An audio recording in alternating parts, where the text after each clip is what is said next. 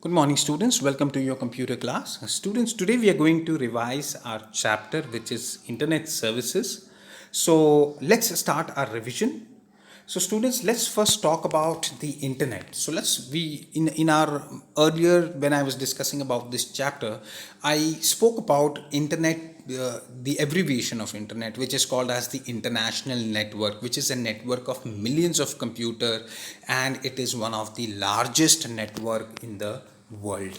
Now information retrieval we spoke about. Now information retrieval, easier to access and share information. We can use huge amount of information available, and examples of this is text, videos, news, books, and any other data which you find it useful, right? So one more thing which I want to talk about information retrieval is that search engine is the main driver behind the information retrieval.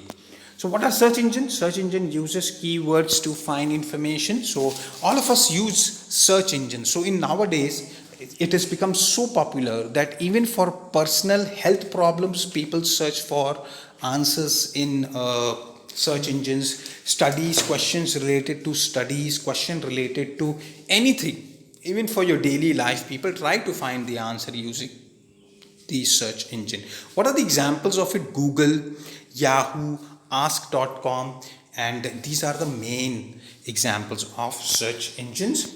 Now what is an email? So all of us, we know about email. Email stands for electronic mail. It is used for sending and receiving messages. It consists of username and domain name, and it is separated by @ symbol, which is also called as the divider between the email address. Now this is the email has become very popular these days. Everyone has an email address. For example, if you're using a smartphone, if you're using an Android, there is an email account associated with it. Without that, the Android will not function. So even every Android phone has got a Gmail account in it. So that's how popular email is.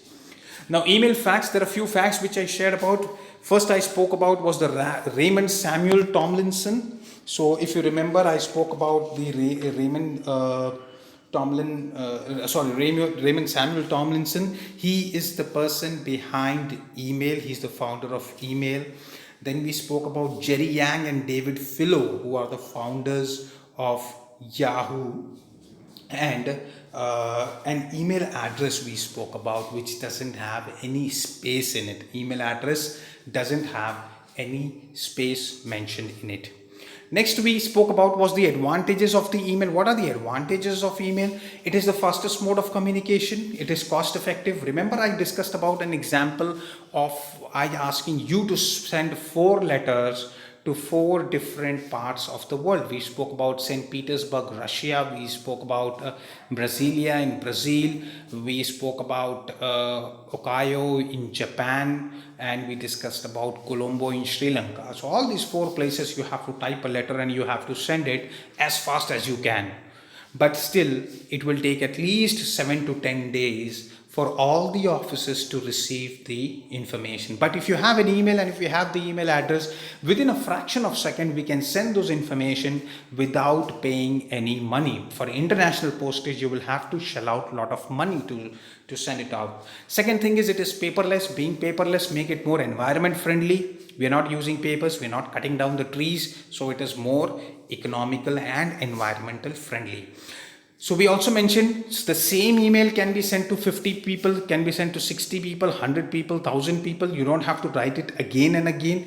But if I talk about the letter, either you will have to print it, you will have to type it, or you will have to write it more than number of times in which you want to send those files to. Next thing was we discussed about chat. Chat is a popular way of communication. Real-time exchange of information takes place when we are using chat.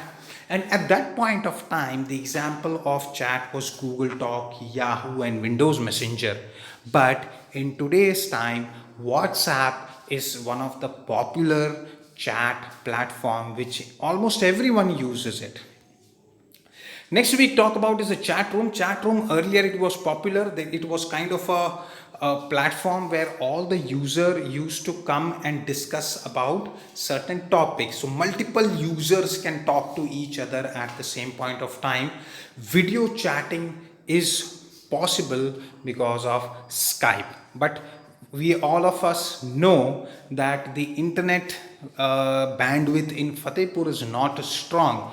That is the reason we are not having online classes, because if we put 50 or 100 students online at the same point of time, the network is not strong enough to take that bandwidth, hence it will collapse. So you will not be, either you will get disconnected or I will get disconnected, or you will be able to see me, you will not be able to hear me. So these problems will be there because of the internet problem. So it is a real-time service. What are the acronyms? LOL. LOL means laughing out loud. AYW is as you wish. SAT is sorry about that. MGB, may God bless. OTOH on the other hand. AFN, that's all for now. These abbreviations generally are used when we are chatting to people, when we are discussing things with people, because this helps us less typing and the message gets delivered to the particular person. Emoticons, we all know what is emoticons. We all are using emoticons. Most of the students and their responses I have seen uses emoticons. So you know what is emoticons, right? Now these emoticons are facial expressions which also tells us the feeling of the particular person, right? So when you're typing, online platform communication can be dangerous sometimes. Even if you're polite to a person, and if your words are a little different, the other person might find it harsh or might find offensive. But when you add a smiley to it, the person can understand along with the words about the feeling about the user.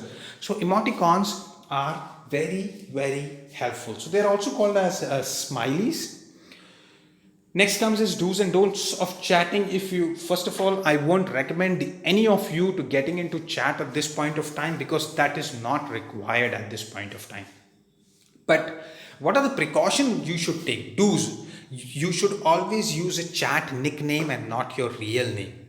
You should check the terms and conditions and privacy statement of the chat site before you begin chatting.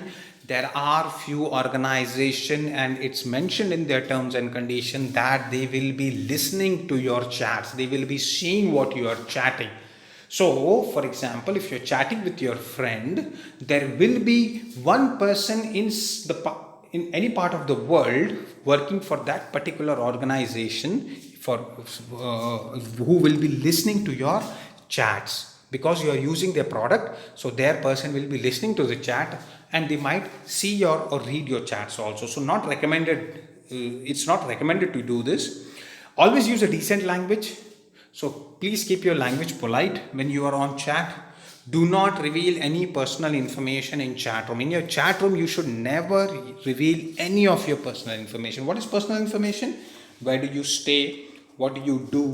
What's your mobile number? What's your father's name? What's your date of birth? You should never ever do that, because you and your friend might be doing. But as I said again, there might be a third person also listening to your chat, and he might also get access to the information, and that person may misuse that information.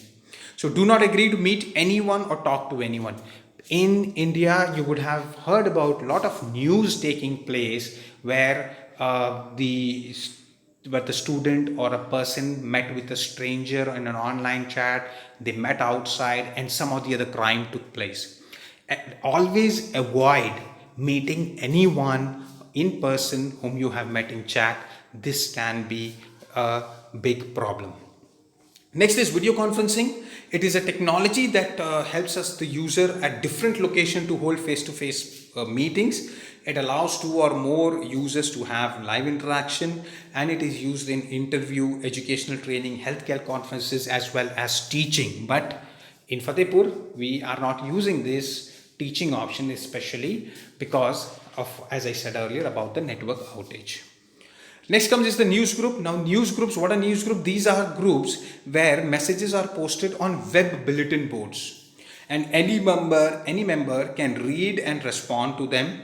They can have several active discussions in one time, and messages are not instant. So what they do is they put a topic on there, and the person interested in it just goes on and have a discussion there.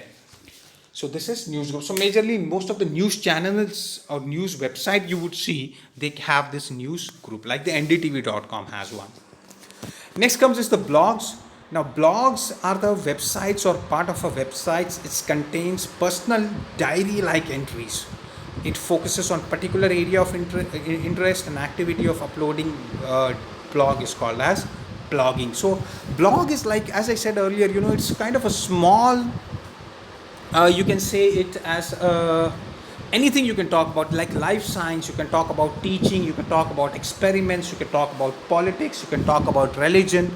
So there is one person who will be posting one article there, and there will be a lot of discussion taking place there. So this is called as the blog. So most of the people write blogs of their daily life also, kind of like a diary like entry. What you do it in the diary, you can do it in the blog. So personal diary and blog are the best example when we compare them.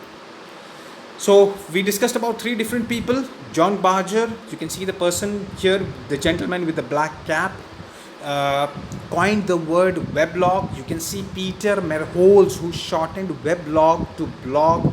Then we have Justin Hall, who created first blog in links.net. So three personalities we need to remember. Web feeds. Web feeds are the content which gets regularly updated. Updates on particular topic becomes easier. So feed reader and aggregator is used. So what does web feed? This is in a particular topic. If you're interested, you would have seen it in Google. When you open your Google web page, sometimes you find certain news mentioned there, which actually reads the information of your choice, which you have been browsing for last few days, and then displays those particular topic in the form of news. These are called as web feeds. So there are two main web feeds format, which is RSS and Atom. Next, we are going to talk about cloud computing, the next big thing happening in the world at this point of time. So this technology uses remote server. So I don't have a server here, but all my data is backed up in Google Drive. So I have uploaded all my information there. So next time when I am traveling to a different city or a different place, and if I need any document, I don't need to come back to Fatehpur to go and get my documents or ask somebody to send it to me. I can just go to a cyber cafe or get a system and connect myself to my drive and take a printout of it or a soft copy of it and use it as per my choice. So that is an example of cloud computing. Now it allows user to use applications without installing them. Now I have not installed Google Drive in my phone. The Google Drive is there in the server, but it is an app which I am using it.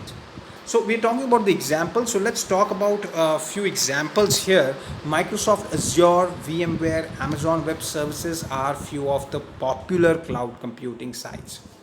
Next one is OneDrive. OneDrive, it was previously known as SkyDrive. It is a Microsoft product, and it was Windows Live SkyDrive. It's been renamed to. So earlier, when it was new, Microsoft was offering 25 GB of free storage. That means I can save in Microsoft server 25 GB amount of data free of cost. But if I increase it, then Microsoft will ask me to first pay and then use the additional space there, which has been reduced to 7 GB currently. Now this drive is password protected, so you need to have a user ID and password to access all your files. Next comes is the social networking sites. We all know what we are talking about here. It's an online services provided to the groups or individual. It is used to share thoughts, events, photos, videos. Every user have a profile, and remember we talk about 6 degrees. We spoke about 6 degrees. 6 degrees was the first social networking site.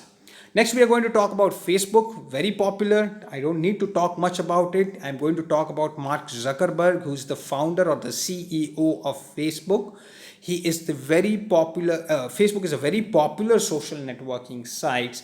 You can fill your personal information, you can put your personal photo, and you can start using it. So many companies are joining Facebook. Even you will see commercially people reaching out to their customers using Facebook. So it's one of the most popular social networking sites. Now that was personal social networking sites. We'll talk about LinkedIn. LinkedIn is the first social networking sites for professional. Professional means working people. What it does, it provides information related to one particular topic. For example, I'm in the engineering department and I want to connect to different software engineers working in different companies to understand few things about the project. So what I'm going to do is I'll go to LinkedIn, I'll build my account, I'll try to add people whom I think would join me. So when I send a request and if I accept requests, I can build my own circle. Then I can ask question, and if the person is interested to answer my questions, he can get back. If I'm looking for a job change, I can go get back to them and find out if there is any opening in their organization, and they can help me in getting in there. Or if I want to get myself mentored, get myself trained for the next level of professional stage, then I can seek help from a people who are up higher than my position. So this is completely related to professionals. So it is one of the world's largest professional networking site. Twitter, microblogging site, Jack Dorsey, March 2006. Initially, it offered only 140 characters. We spoke about blog. This is a microblogging site, and it is one of the most popular microblogging sites. After Facebook, Twitter is one of the most popular among them. Currently, it is offering 10,000 characters. So 140 characters, even you have it in your SMS. SMS, you can just type 140 characters, and after that, it gets splits into the second message. The same thing happens here also. So the microblogs which we type here is called as tweets. Next thing is other services, e-greetings, electronic greeting cards sent over the internet. You can select birthday cards, marriage anniversary cards, graduation cards, get well soon cards. 3 websites which I'm going to talk about is 123greeting.com, Archie's Online, and hallmarkcards.com. Next, we are going to talk about e-banking, internet-based banking services. It monitors, transacts, and manages bank accounts. So all the bank account which I want to do the financial transaction, I need to have a banking account with me. 24/7 services. I can transfer funds, I can apply for loans, I can pay my bill, I can do recharges, I can book my air tickets, I can book my train tickets, I can request a checkbook, I can request a demand draft. Anything what you do in a bank branch, virtually you can do it on the e-banking website. Next comes is the e-commerce. E-commerce is electronic commerce. We're first going to talk about Flipkart or Amazon. It's used generally for shopping. There are other sites where you buy and sell used products also. So few examples of e-commerce are eBay, Snapdeal, Flipkart, Amazon, Quikr, and the 2 founders of Flipkart, the Bangalore-based largest software retail in India, Sachin Bansal and Binny Bansal, both brothers, founded this company in 2007. Once again, it is headquartered in Bangalore, Karnataka.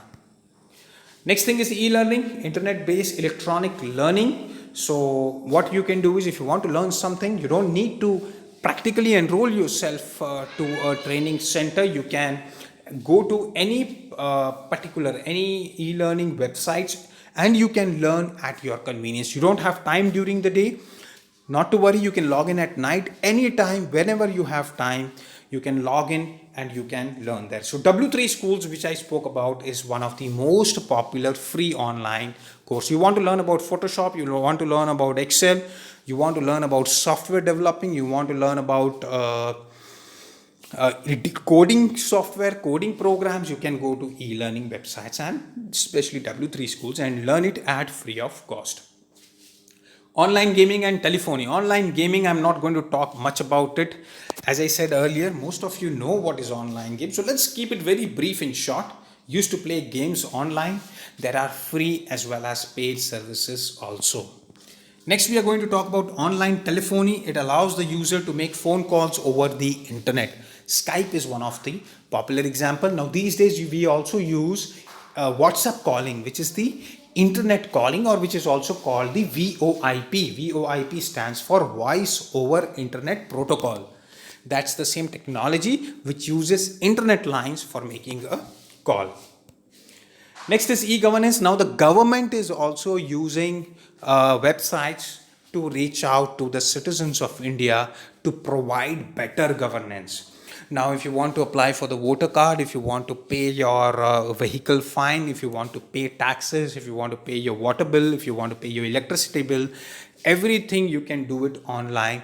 If you want information about any district or state, the government offers us the website which is www.india.gov.in. You can go there, you can get the record of the complete country. What's the population, how many states, how many union territories, what are the total area under agriculture, what is the forest cover area, what are the barren lands, anything, any information you want, you can find it there. So this e-governance system gives us transparency to the government functioning, so people can go and find out what's exactly is happening in our country and what information is there about our country. Students, brings us to the end of the class. Homework: write the name of all IT personalities along with their contribution from this chapter. I've drawn the table below. Same thing, you have to do it in your computer notebook. Name, you can mention contribution. I've given you one example of Jerry Yang and David Filo. You can mention it. Who are they? They are the founders of Yahoo. Similarly, what all are the other names? You can mention it, put today's date, revision, chapter 8, and put all the details there. Just in case if you have any doubts related to today's discussion, feel free to ask me. So students, thank you for your time and have a wonderful day ahead.